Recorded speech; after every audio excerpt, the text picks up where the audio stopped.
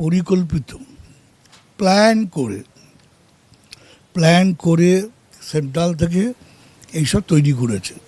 কারণ মমতা ব্যানার্জিকে এরা প্রচণ্ড ভয় পায়, আর বাংলাকে প্রচণ্ড ভয় পায়, রয়্যাল বেঙ্গল টাইগার। তো ওরা এইভাবে এই এসআর সিস্টেমটাকে এত শর্ট টাইমে ফেলেছে, নিজেরাই ঘেটে গেছে। এবার নিজেরাই ঘেটে গিয়ে কী করে বুঝতে পারছে না। ওরা টার্গেট নিয়ে নিয়েছে যে মমতা ব্যানার্জি কারা মমতা ব্যানার্জি সাপোর্ট করবে, তাদের সেই সব নামগুলো বাদ দাও, বা এরিয়াটা তৃণমূল বেশি এটাকে বাদ দাও, এখানে সিপিএম বেশি এখানে বাদ দাও। মানে এই যে ক্যালকুলেশনটা করে এরা করেছে। কিন্তু সবাই তো আমাদের এখানকার, আমরা হিন্দু, মুসলমান, খ্রিস্টান, বৌদ্ধ, জৈন সব তো আমরা একসাথে এখানে বিলং করি। এখানে তো এই রাজনৈতিক জাতিভেদ, এটা এই নোংরামিটা খেলছে ওরা। খেলতে গিয়ে যখন কিছু পাচ্ছে না তখন এইসব করে নাম বাদ দেওয়া।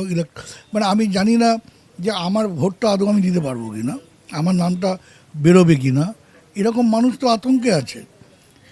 মানুষ তো এই ভোটটাকে একটা উৎসব, বাঙালির মধ্যে একটা উৎসব হয়, সেই উৎসবটাকে যদি এরা মানে অশান্তির পরিবেশ তৈরি করে দিয়ে মানুষের মধ্যে ভয় ঢুকিয়ে দেয়, সেটা ঠিক নয়। ওরে বাবা, ইনি গ্রেট ম্যান। এই যে নির্বাচন কমিশনার ইজ এ গ্রেট।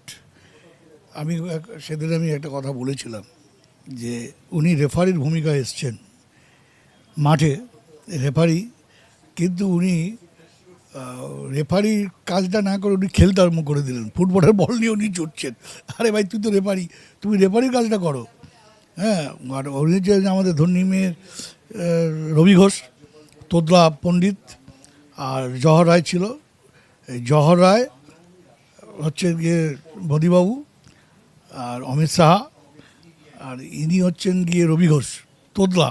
যা বলছো ফু ফু ফু ফু ফু ফু ফু। হ্যাঁ হ্যাঁ, মুখ্যমন্ত্রী নিজেকে বলছে রবি ঘোষ, ওই যে তোদলা রেফারি। আর ওনার জহর রায় যেটা করতো সেটা করছেন অমিত শাহ, মোদী সরকার। এসব কোনো লাভ নেই। Honest of the best policy.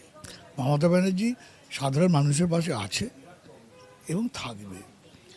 সেটা 4 তারিখের পরেই তুমি বুঝতে পারবে যে খেলা কী খেলা হচ্ছে। যাই করো, যাই তোমরা লাফাও, বাংলা তুমি ধরতে পারবে না। বাংলা বাংলার থাকবে। তা তুমি কি করতে আছো? তুমি সেন্ট্রালের প্রধানমন্ত্রী হয়ে তুমি কি সবসময় কি মানে যখনই কিছু পারবে না তুমি কোভিড পরিস্থিতি চলে যাচ্ছ? তা তুমি যে সারা বিশ্বের ঘুরে বেড়াচ্ছ, তোমার কি ক্ষমতাটা থাকে সেটা তুমি দেখাও। এবার কি হচ্ছে, এই একটা আবার নতুন একটা পলিসি নিয়ে আসছে ও। এই এসআরের পর এটা করে আবার মানুষের মধ্যে ইলেকশনের সময় একটা ভয় দেখাচ্ছে। এবার সবাই দেখবে গ্যাস নিয়ে পাগল, সবাই বাজার করতে আরম্ভ করে দেবে, করে এই সব মানে এই দেশটাকে শেষ যদি করতে হয়, এই মানে নরেন্দ্র মোদী করবে আর অমিত শাহ। তা আমি তাই সাধারণ মানুষের কাছে আবার বিঘটিত অনুরোধ, দয়া করে এই সরকারটাকে হাঁটাও। থাকলে দেশটাকে একদম শেষ করে দেবে।